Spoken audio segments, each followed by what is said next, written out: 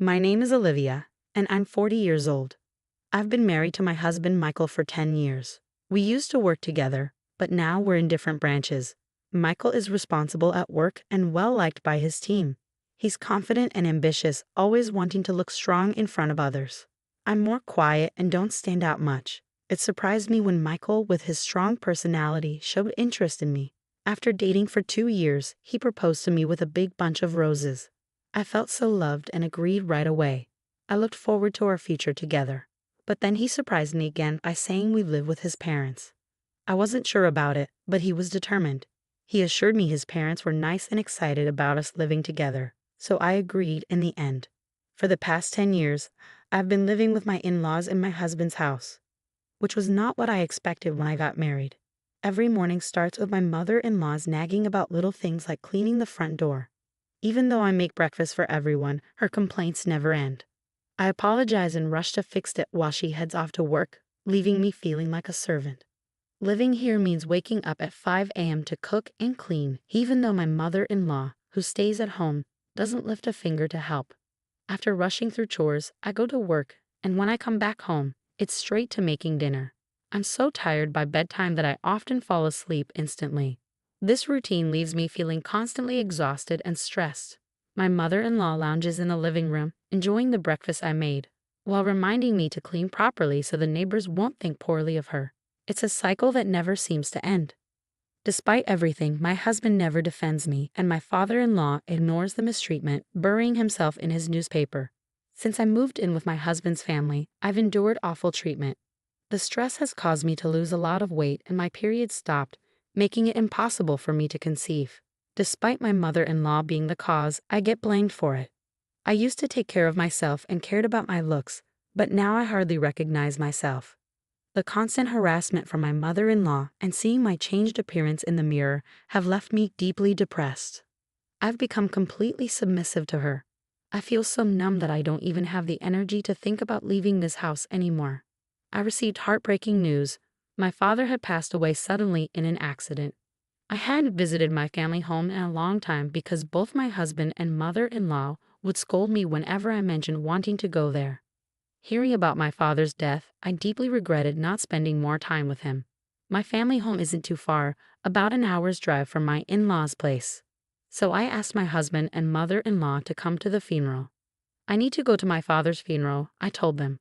But before I could finish, they coldly replied, "We're not going. Let your family handle it." Their heartlessness stunned me, trembling with anger and grief. All I could manage was to say, "Understood." Many people gathered at my father's funeral. He was self-employed and had many connections, so there were tears all around, showing how loved he was. My mother, whom I hadn't seen in a while, was shocked by how much weight I had lost. "Olivia, what happened to you? You look so thin," she exclaimed worriedly. "Are you sick?" Seeing my worn-out appearance, she burst into tears, fearing she would lose me too. Given her fragile state after my father's death, it wasn't unexpected. "No, Mom, I'm not sick. Please don't worry," I reassured her. I tried to comfort her and took a moment to myself in the waiting room. "If you're not sick, then what's wrong?" My mother's concern prompted me to reflect on my interactions with my husband and mother-in-law. Their lack of comfort or support, even during my father's death, fueled my anger. I decided to confide in my mother about the challenges I faced living with my in-laws. Actually, I've been dealing with what feels like bullying from my mother-in-law. "It's really taking a toll on me," I admitted, feeling down. My mother's expression turned worried as she looked at me. "I'm glad you're not sick, but this news doesn't ease my mind." "Is that why you haven't been visiting me?" she asked. "Yes," I nodded, confirming her suspicion. My mother handed me a piece of paper and said, "Take a look at this for yourself. Then think carefully about what to do next." When I looked at the paper, I realized it was my father's will. He was always meticulous, so he had prepared one just in case. The will mentioned inheritance. It says I inherit $2 million. I murmured in shock at the large sum. Suddenly, I felt a glimmer of hope. With this, I could build my own house and leave my in-laws' place right away, I thought excitedly. Thanks to the inheritance from my father, things started looking up for me. Back at my in-laws' place, I continued with the household chores as usual. But on days when I had plans, the house tended to get messier since there was no one else to clean up. As I quietly went about my tasks, my mind kept drifting to the $2 million I had inherited. Despite my strained relationship with my mother-in-law, I still wanted to stay with my husband, Michael. So one night after his parents had gone to bed and it was just the two of us, I decided to have an honest conversation about the inheritance and leaving the in-laws' home. There's something I want to talk about. I began, trying to break the silence. Michael looked at me expectantly, waiting for me to continue. Yeah, about my father. Actually, I've come into an inheritance, I said. Of how much? Michael asked. Well, it's $2 million, I replied. Michael's face lit up with excitement. He left you that much. That's generous. But about how to use this money, he trailed off, indicating he wanted to discuss our options. I was about to bring up the main topic, feeling relieved that Michael seemed to be in a good mood. But before I could speak, he suggested something outrageous. We need to transfer that money to my mom's bank account right away, he said. I couldn't believe what I was hearing. It was so absurd that I thought he must be joking. No, why would we do that? The inheritance is mine, so it wouldn't be right to give it to your mom. I laughed, hoping he was just teasing. Michael slammed the table in anger. What are you talking about? A wife's money belongs to her mother-in-law. His words were so absurd that I couldn't believe he was serious. His expression was stern, and it sent a chill down my spine. I'm sorry, but I don't understand what you're saying. All I wanted to do was suggest building a house for us to live together. I tried to explain, but Michael wouldn't let me speak. He insisted on claiming my inheritance for his mother. That night, I couldn't sleep well because of the shock. The next morning, while I was making breakfast, both Michael and my mother-in-law approached me with angry expressions. Olivia, I heard about it. You inherited $2 million, and you said you won't give it to me. Who do you think you are? My mother-in-law exclaimed, adding to my distress. My mother-in-law had already heard of the inheritance from Michael. But I'm the one who inherited it, I protested. Stop arguing and transfer it to my parents' account now. A daughter-in-law's money is our money. Their determination to claim the inheritance by any means was clear. No matter how much I resisted, they continued to blame me. Realizing my resistance was futile, I fell silent. That's when Michael showed me a piece of paper. You're getting carried away because you've come into some money. I'm the one who's been supporting you. If you don't change your attitude, it's divorce, he said, threateningly. The paper turned out to be a divorce form. I've already signed it. Take this and go back to your parents' house. If you apologize properly, I might reconsider the divorce, Michael said, his tone firm. As I received the divorce form with Michael's part fully filled in, memories flooded my mind. I realized that I had never received any financial support in this house. I had been contributing equally to the living expenses, and all the household chores fell on my shoulders.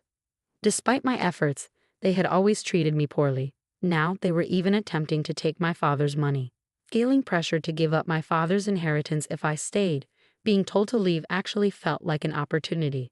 Holding the divorce papers, I realized that the decision about my future was mine to make.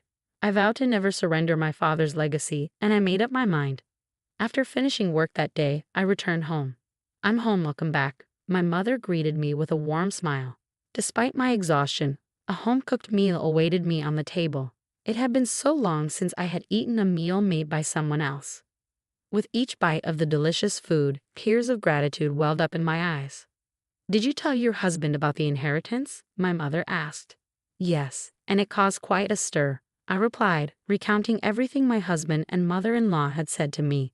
My mother was speechless at the shocking revelation. The inheritance belongs to you, and only you should decide your future.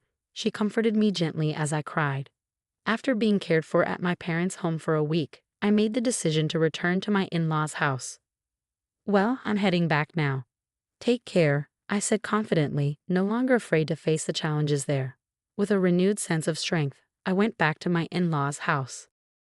Finally, Becca, have you reflected on your behavior? As soon as I returned to my in-laws' house, my husband and mother-in-law confronted me with stern expressions and crossed arms. Yes, I apologize. Please allow me to stay in this house again. I offered a shallow apology. My mother-in-law's face lit up with anticipation. Well then, hand over the inheritance quickly, she demanded. Actually, the inheritance process is taking longer than expected. I haven't received it yet. It's a complex procedure, so it might take another 6 months or so, I explained. 6 months? That long?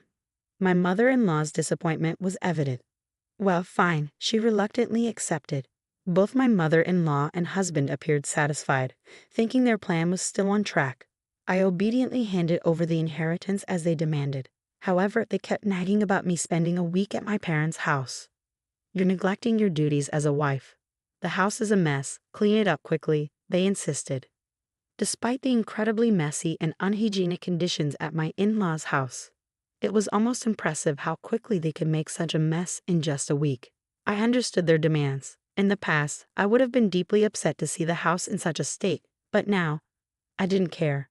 No matter how much my mother-in-law bullied me or how hard the housework was, it didn't bother me anymore. I simply did as my mother-in-law ordered without letting it affect me. It's my mother-in-law's birthday, so I'll be leaving. Make sure to keep the house clean, my mother-in-law announced, as she always went on a trip for her birthday. Naturally, I wasn't invited. By the way, have you received the inheritance yet? It's supposed to come in today, my husband asked. How convenient. That $2 million can be a birthday present for Mom. Don't forget to transfer it to Mom's account before we get back, my mother-in-law added. It seemed too perfect that my mother-in-law's birthday lined up with the inheritance arrival. My husband couldn't see through my deception. Without a word, I saw them off with a smile, saying, "Take care." As soon as they were out of sight, I sprang into action, ready to execute my plan that I'd been waiting for so long. They'll be in for a surprise when they return from their trip. But I no longer have to concern myself with their reactions. Quickly, I packed my belongings and left my husband's family home behind. Wow, this is incredible, I exclaimed as I moved my things into my new home. Thanks to my father's inheritance, I had been able to build this house. I felt so happy to be living in such a beautiful place, and I decided to share it with my mother, who lives in my hometown. I felt a deep sense of relief knowing I no longer had to worry about those people. Sinking into the plush sofa, I felt content. Today was a celebration of my new home with my mother. We even invited a chef to cook for us, and we spent the day indulging in luxury. The next evening, my husband called me, his voice full of frustration. What the hell is going on? He demanded, clearly confused by the empty house he returned to. I won't be coming back there. Goodbye, I said firmly, trying to end the conversation without further discussion. But my mother-in-law's angry voice came through the phone. What are you doing? Where are you now? She demanded to know. I can't tell you that. You asked me to clean the house, so I packed up my belongings, I replied calmly. That's not a funny joke. Plus, you didn't transfer the inheritance. How many times do I have to tell you that the daughter-in-law's money is mine? She shouted. Huh, I'm single, I retorted. Suddenly, my yelling mother-in-law fell silent. Single? She echoed. Well, I'm a divorcee. I was handed a divorce paper, so I submitted it. I'm a stranger to you now. Goodbye, I said, ending the call abruptly. I couldn't help but laugh, picturing my mother-in-law's stunned face on the other end of the line. I felt a huge sense of relief to be free from that family. Afterward, I received numerous calls from my ex-husband. When I had some free time, I deliberately answered the phone and ignored the insults from my ex-husband and ex-mother-in-law. I made sure to record all those calls. I decided to seek advice from the police with those recordings. Harassment from an ex-husband is unfortunately common, but it's important to address it before it escalates. Thankfully, the police responded promptly and went to warn my ex-husband's family. For my ex-family-in-law, who valued their public image, just having the police show up was damaging enough. Additionally, a subordinate of my ex-husband who lived in the neighborhood witnessed the police visit. Since my ex-husband was a prominent figure in the company, rumors spread rapidly. Furthermore, colleagues and subordinates who harbored resentment towards my ex-husband began to spread negative gossip about him. Eventually, the rumor made its way to my department. Did you hear about the police visit? My colleagues whispered amongst themselves. I'm divorced now, so I'm not really in the loop, I replied loudly enough for others to hear. The gossip-loving employees eagerly spread the news further. It didn't take long for the rumor to reach my ex-husband's boss. You've been the subject of a lot of negative rumors, haven't you? His boss remarked. What are you talking about? My ex-husband protested. I can't tolerate men who don't appreciate their wives. Furthermore, with these damaging rumors circulating, it will tarnish our company's reputation. Therefore, I've decided to transfer you, his boss declared. The transfer order issued to my ex-husband was severe. Wait, this place is, my ex-husband began, realizing it was a branch office in the least productive region. There's no entertainment around whatsoever. It's like being on a deserted island. Do you understand what this means? His boss continued. Everything my ex-husband had worked for up to that point crumbled, and there was no hope of advancement in the future. Unable to decline the transfer order, my ex-husband had no choice but to relocate to this rural area. As for my ex-mother-in-law, she was likely shocked by her son's tarnished reputation and the fact that she could no longer live with him. This led her to become reclusive and ultimately develop depression. There were also concerns about dementia, as she frequently caused disturbances at home. My ex-father-in-law now finds himself in the difficult position of caring for his drastically changed wife. Even without blood ties, a daughter-in-law is still a valuable family member, he often remarked. The challenges faced by my former in-laws could be seen as karma for the harassment they inflicted on me. Now, unhappily living with my mother, we've even taken up gardening in our spacious yard. If I had remained in that house, I might never have discovered this wonderful hobby.